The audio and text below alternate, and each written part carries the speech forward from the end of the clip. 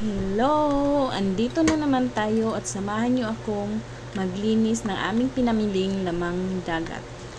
Di ko nga sure kung sa dagat talaga siya nanggaling kasi yung tilapia, halos fish pan naman siya galing eh. Ayan, maglinis tayo ng alimasag. Unahin natin yung alimasag. Ang alimasag kasi ang naano namin dito yung sabaw. Kasi masarap yung sabaw niya lalo pag may gata. Kasi alimasag lang naman siya, hindi siya malaman. Kaya kadalasan sabaw lang talaga yung nakukuha dito. Meron siya konting laman pag matyaga kang magsungkit. Ayan, maglinis tayo ng alimasag. Dito alisin natin yung mga nakalawit-lawit dyan, kung ano pa yung pwede natin tanggalin natin. Ayan, sandali lang naman.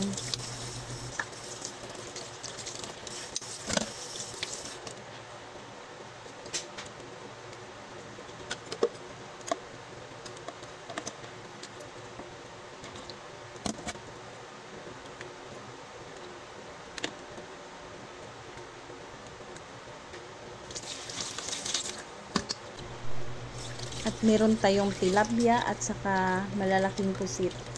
Ayan, malalaki din yung nabili kong tilapia. Ayan, dalawa lang. At saka yung pusit, pang calamares.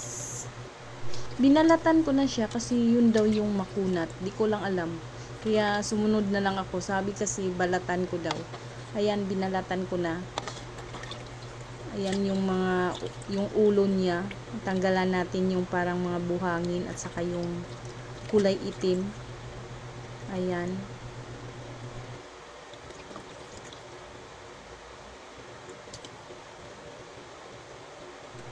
Ayan, para lang naglaba. At ito na yung nalinis natin.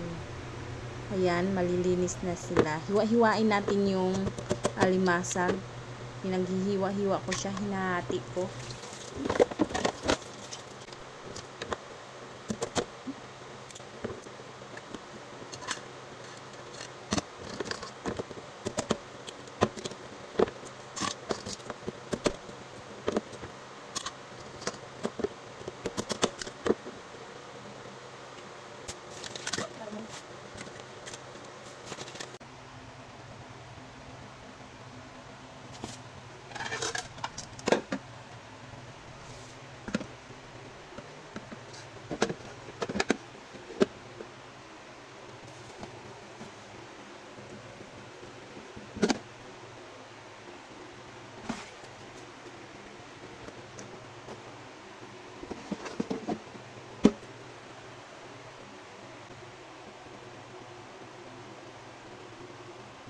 Thank you for watching.